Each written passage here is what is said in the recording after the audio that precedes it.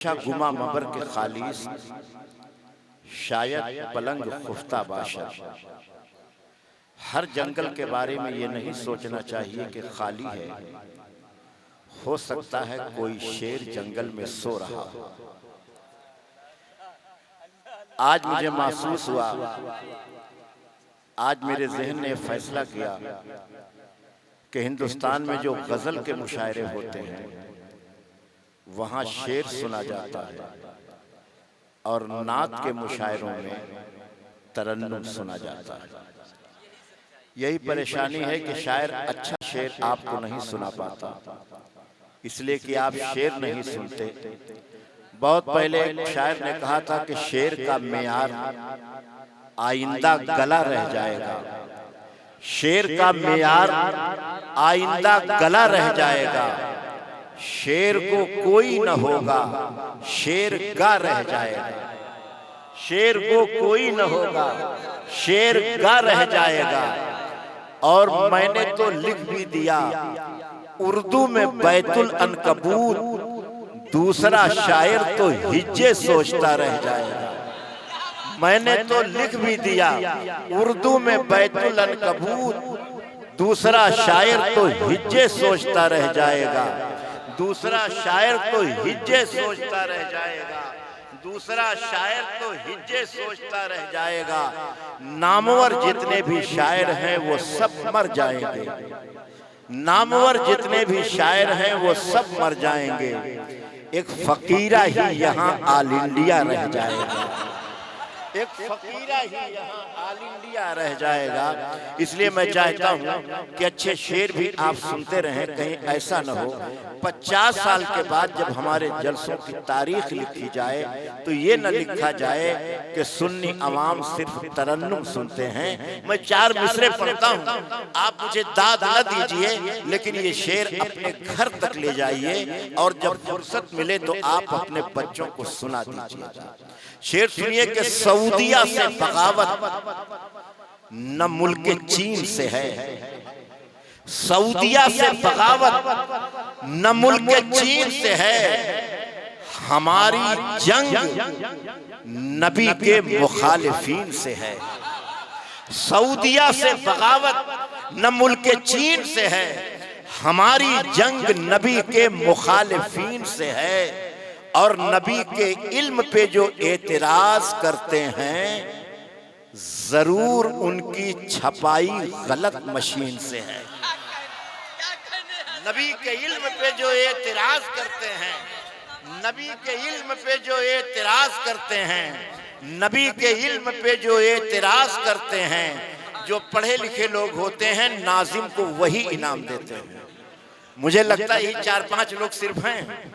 सऊदिया से बगावत के चीन से है, हमारी जंग नबी के मुखालिफीन से है, नबी के इल्म पे जो एतराज करते हैं जरूर उनकी छपाई गलत मशीन से है। अगर कहें तो 4 मिसरे में और पढ़ दूं, अगर आप कहेंगे न पढ़िए तब भी पढ़ूंगा। माइक तो मेरे पास है, आप सिर्फ यही कह सकते हैं कि न पढ़िए, लेकिन माइक मेरे पास है। शेर सुनिए, मंसूब देवबंद से मिल जाए अगर कहीं, मंसूब देवबंद से मिल जाए अगर कहीं, भारत में एक बाल का शैम्पू ही दिखा दो। मंसूब देवबंद से मिल जाए अगर कहीं, भारत में एक बाल का शैम्पू ही दिखा दो। अहमद रजा के नाम पे चलती हैं ट्रेनें, अशरफ अली के नाम पे टेम्पू ही दिखा दो। अहमद रजा के नाम पे चलती हैं ट्रेनें, अशरफ अली के नाम पे टेम्पू ही दिखा दो। अब 4 मिसरे और सुन लें ताकि आप ये कहें कि मैं भी शेर कहता हूं। मतलब आपको मैं नात का आपके हवाले कर रहा हूं और इसके बाद हिंदुस्तान का वो लहजा जो अगर कब्रिस्तान में नात पढ़ दे तो मुर्दे कब्र से बाहर निकल आए। लेकिन मैं आपसे गुजारिश करता हूं किसी कब्रिस्तान में पढ़वाइएगा नहीं। और अगर कोई कुएं में गिरा हो और रस्सी न मिल रही हो और जाकिर इस्माइल को कुएं के किनारे खड़ा कर दीजिए और ये नात पढ़ने लगे तो वो भूल जाएंगे कि मैं कुएं में हूं कि मेज पे बैठा हूं। ऐसे शायर को आप हजरात को सुनना है। मैं 4 मिसरे नात के पढ़ता हूं, आप हजरात सुन लीजिए। मेरे अल्लाह कभी मेरा मुकद्दर चमके, मेरे अल्लाह। एक साहब कह रहे हैं बहुत पुराना शेर पढ़ रहे हैं। देखिए मैं आपको बता रहा हूं, इंग्लिश में एक जुमला है, ओल्ड इज गोल्ड। मेरे अल्लाह कभी मेरा मुकद्दर चमके, ख्वाब में सरवरे कौनैन का पैकर चमके, ख्वाब में सरवरे कौनैन का पैकर चमके। डाल देता हूं यही सोच के छत पर दाने, जाने किस वक्त मदीने का कबूतर चमके। डाल देता हूं यही सोच के छत पर दाने, जाने किस वक्त मदीने का कबूतर चमके। इसके बाद उर्स हम इसलिए करते हैं कि हमारे सरकार ने हमें दीन दिया है, करबला वालों ने दीन बचाया है, और शाह रुकनुद्दीन हुसैनी और इन जैसे बुजुर्गों ने दीन को फैलाया है। अब अगर आपका बेटा पूछे कि अब्बू उर्स में क्यों जा रहे हैं, तो आप कहो बेटा जो दीन हमारे घर तक पहुंचा है, ये मुस्तफा जाने रहमत का दीन करबो बला से होता हुआ बुजुर्गाने दीन की मेहनतों से हमारे घरों तक पहुंचा है। इसलिए मैं जुमला कह रहा हूं जिम्मेदारी के साथ। हिंदुस्तान में बहुत सारे सलासिल हैं, लेकिन सिलसिले चिश्तिया तमाम सलासिल में बादशाह की हैसियत रखता है। शहबाजिया चैनल के हवाले से ये बात पूरे दुनिया में पहुंच रही है और नाजरीन देख रहे हैं। सरकार ख्वाजा गरीब नवाज रहमतुल्लाह ताला अलैह ने सिर्फ 1 2 लाख नहीं, तकरीबन 1 करोड़ से ज्यादा लोगों को मुस्तफा जाने रहमत का कलमा पढ़वा कर मुस्तफा के दीन में शामिल किया। आज मौर्रिख परेशान है और तरह तरह की बातें की जाती हैं कि Islam is accepted by force. इस्लाम तो ताकत से पहुंचा है, तलवार से पहुंचा है। लेकिन मैं सच्चाई आपके सामने रखना चाहता हूं, हिंदुस्तान में इस्लाम तलवार से नहीं फैला है, ख्वाजा गरीब नवाज के किरदार से फैला है। उन्हीं किरदारों में से एक किरदार सैयद शाह रुकनुद्दीन हुसैनी की शक्ल में आपके इलाके में मौजूद हैं। आज उन्हीं का उर्स है और आप खुश नसीब हैं कि अपने इलाके के बहुत बड़े बुजुर्ग की बारगाह में शुक्राने नेमत के तौर पर हाजिर है। मैंने सरकार मखदूम पाक की बारगाह में मनक़बत के हवाले से एक शेर कहा था कि ज़मीन इश्क के सारे किसान ऐ अशरफ। जितने लोग मिंबर शरीफ में हैं शरीफ हो जाएं कि ज़मीन इश्क के सारे किसान ऐ अशरफ, चुकाने आए हैं अपनी लगान ऐ अशरफ। ज़मीन इश्क के सारे किसान ऐ अशरफ, चुकाने आए हैं अपनी लगान ऐ अशरफ। तुम्हारे दर की अगर बत्तियों के सदक़े में महक रहे हैं हमारे मकान ऐ अशरफ। तुम्हारे दर की अगर बत्तियों के सदक़े में महक रहे हैं हमारे मकान ऐ अशरफ, और तुम्हारे घर का हर एक बच्चा मीरो गालिब है, तुम्हारी जात है उर्दू जबान ऐ अशरफ। आप जहां बैठे हैं बड़े खुश नसीब हैं। ये सिलसिले चिश्तिया का वो चिराग है जिस चिराग ने जुल्मतों का सीना चाक किया है, हक के सूरज को आम किया है और लोगों के दिलों में गुंबदे खजरा की मोहब्बत का चिराग जलाया है। आज उन्हीं के उर्स में हमारी और आपकी शिरकत है। पूरा मजमा यहां आने पर अपनी खुशी का इजहार करते हुए सिर्फ जबान से नहीं दिल से आवाज निकाल करके मेरे साथ शरीक हो जाए और एक मर्तबा नारा लगा करके ये साबित कर दें कि सरकार आपकी बारगाह में आपके गुलाम आ गए हैं। जितने सरकार सैयद शहबाज हुसैनी को अपना आका समझते हैं, खुद को गुलाम समझते हैं, वो मेरे नारे का जवाब देंगे। और जो हजरात आज़ाद ख्याल हैं, ये आज़ादी उन्हें मुबारक। हमें तो बुजुर्गों की मोहब्बत की जंजीर हमारे पैरों में चाहिए।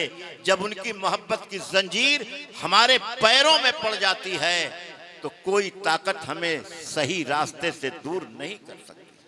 आइए पूरी मोहब्बत के साथ शरीक हो जाएं। नारे तकबीर। देखिए, आपने नारा वाकई लगाया है, लेकिन दोनों हाथों को उठा करके पूरी मोहब्बत के साथ नारा लगा दीजिए, ताकि लोग जो दूर दराज खड़े हैं वो ये समझ जाएं कि औलिया के आशिकों का मजमा यहाँ इकट्ठा हो गया है। नारे तकबीर, नारे रिसालत, नारे रिसालत, उर्से शहबाज हुसैनी, नारे तकबीर, नारे रिसालत। अब एक शेर पढ़ता हूं और नाते मुस्तफा पेश करने के लिए एक मद्दाह रसूल को आपके हवाले करता हूं। ये हमारे नौजवान जो खड़े हैं, अल्लाह इन्हें अच्छी जिंदगी दे, साहिब इल्म बनाए, अपने माँ बाप का फरमा बरदार बनाए। मैंने एक शेर सुनाता हूं कि लोग हर मोड़ पे रुक रुक के संभलते क्यों हैं? लोग हर मोड़ पे रुक रुक के संभलते क्यों हैं? इतना डरते हैं तो फिर घर से निकलते क्यों हैं? लोग हर मोड़ पे रुक रुक के संभलते क्यों हैं? लोग हर मोड़ पे रुक रुक के संभलते क्यों हैं? इतना डरते हैं तो फिर घर से निकलते क्यों हैं? मैं न जुगनू न सितारा न दिया हूं, फिर भी रोशनी वाले मेरे नाम से जलते क्यों हैं? रोशनी वाले मेरे नाम से जलते क्यों हैं? रोशनी वाले मेरे नाम से जलते क्यों हैं? उमर को तो उमर मिल गए उनको, सरकारे द्वालम की दुआ में वो असर है। मैं इस ताल्लुक से बता दूं, सरकार सैयदना उमर फारूक आजम रदी अल्लाह ताला, हम ईमान लाने की तमन्ना रखते हैं। लोग ईमान लाने की तमन्ना करते थे, लेकिन मेरे मुस्तफा की तमन्ना थी कि उमर ईमान लाए, और मेरे सरकार ने उनके लिए खुसूसी दुआ फरमाई। उसकी बाद में जो उसके हालात, मेरे सरकार की दुआ की उसात सामने आई। तकरीबन 80 लाख मुरब्बा मील में इस्लामी सल्तनत कायम करने वाली जात का नाम हजरत उमर। जब हमारा हिंदुस्तान आजाद हुआ तो मिस्टर गांधी जी ने एक इंटरव्यू में कहा था कि हम हिंदुस्तान में उमर जैसी हुकूमत कायम करना चाहते हैं। सच वो है जो सर पे चढ़कर।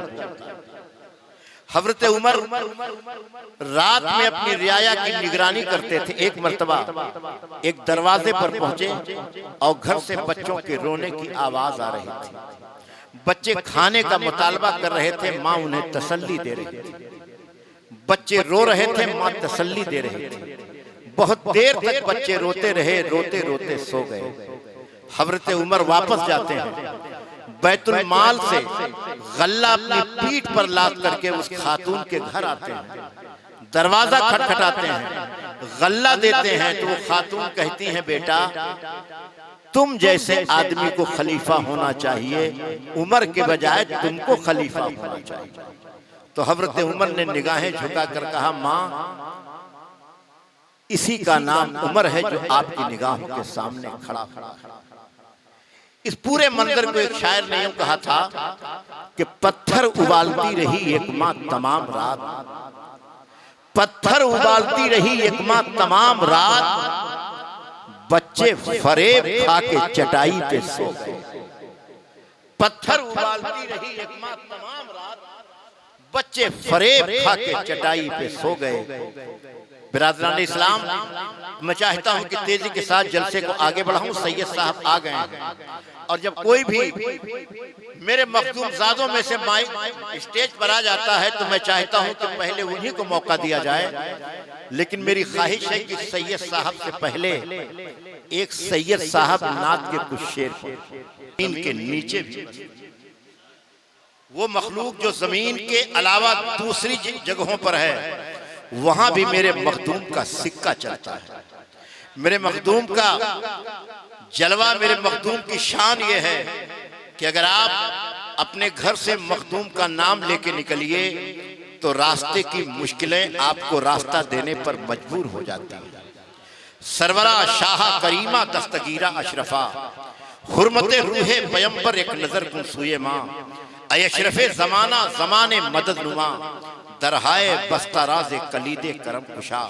ये 4 मिसरे मशहूर जमाना हैं और ये मेरा तजर्बा है कि 100 मर्तबा इसको पढ़ने के बाद मखदूम की बारगाह से जो भी मांगा जाता है, मेरे मखदूम कभी खाली हाथ वापस नहीं लौटाते। उसी बारगाह के शहजादे सैयद मुआज मियां साहब किबला आपकी निगाहों के सामने मौजूद हैं।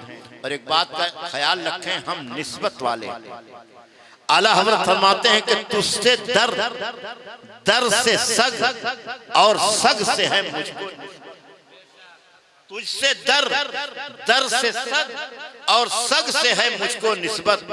मेरी गर्दन में भी है दूर का पट्टा तेरा, मेरी गर्दन में भी है दूर का पट्टा तेरा।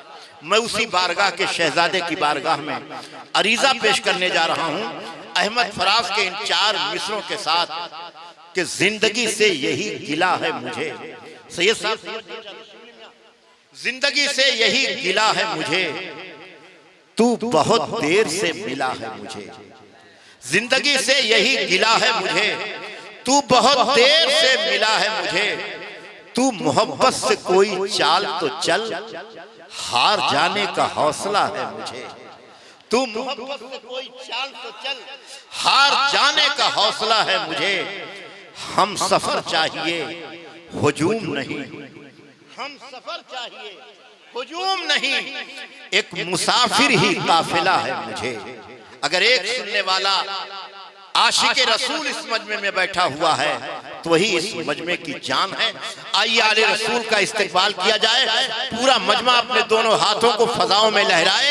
एक हाथ सरकार इमाम हसन के नाम पर उठाइए, दूसरा सरकार इमाम हुसैन के नाम पर उठाइए और बेदारी का सबूत देकर के बता दीजिए कि हम मखदूम के चाहने वाले हैं और मखदूम की बारगाह से आने वाले शहजादे का हम इस्तेकबाल करते हैं। पूरा मजमा शामिल हो जाए। नारे तकबीर, नारे रिसालत, फैज़ाने मखदूम अशरफ, फैज़ाने मखदूम अशरफ, उर्से शहबाज हुसैन।